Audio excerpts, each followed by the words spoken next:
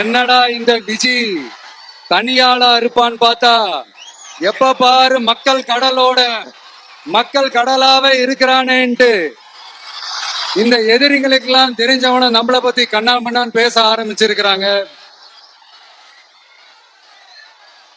அதாவது நான் மரியாதையா பேசினா கூட அதை தவறா எடுத்துக்கிறாங்கன்னா பாத்துக்கங்களேன்.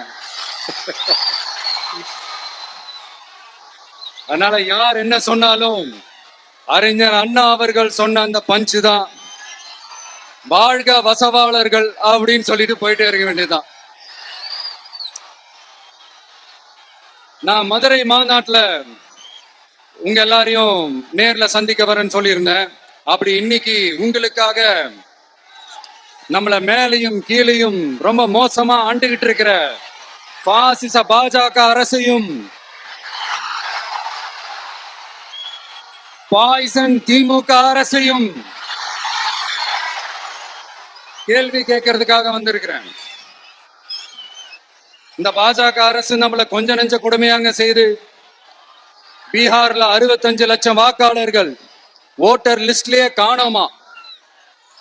இது என்ன பெரிய விஷயம்? இதை தாண்டி இன்னொரு விஷயம் இருக்கு. இந்த எதிர்கட்சிகள்லாம் ரொம்ப சிம்பிளா சொல்ற மாதிரி சொல்லணும்னா, ஓட்டு திருட்டு, வீட்டு நம்பர் 0ன்னு போட்டெல்லாம் ஓட்டர் ஐடி கார்டு கொடுத்துருக்காங்கன்னா பாத்துக்காங்களேன். எவ்வளவு பெரிய ஒரு மோசமான வேலைகள்லாம் அவங்க செய்யறாங்கன்னு பாத்துக்கங்க. அடுத்து ஒன் நேஷன் ஒன் எலெக்ஷன், ஒரே நாடு ஒரே தேர்தல் 2029ல இவங்களோட ஆட்சி காலம் முடிய போகுதுன்றது எல்லாருக்குமே தெரிஞ்ச ஒரு விஷயம்தான்.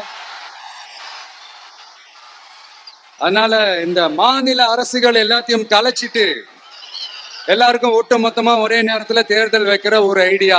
அப்பதானே ஒரே நேரத்துல இந்த தில்லு முள்ளு வேலைகள்லாம் ஈஸியா செய்ய முடியும். இதுக்கு பேர் என்னங்க? ஜனநாயக படுகொலை தானே. அடுத்து டீலிமிட்டேஷன், பார்லிமெண்ட் தொகுதிகள் மறுசீராய்வு.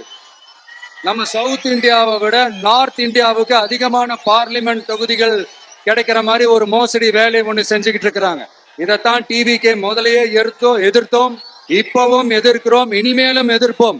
அதனால இந்த SIR, one nation one election, delimitation இதெல்லாம் எதிர்கட்சிகளை அழிக்கிறதுக்காக ரொம்ப ரொம்ப முக்கியமா நம்ம சவுத் இந்தியாவோட அந்த பவரை குறைக்கிறதுக்காக செய்யப்படுற ஒரு மோசடி வேலைகள். இது ஒட்டுமொத்த இந்தியாவுக்கும் பாஜக அரசு செய்யற ஒரு துரோகம். சரி, பாஜக அரசு தான் நமக்கு துரோகம் செய்யறாங்கன்னு பார்த்தா இங்க திமுக அரசு நம்மள நம்ப வச்சு ஏமாத்திக்கிட்டு இருக்கிறாங்க.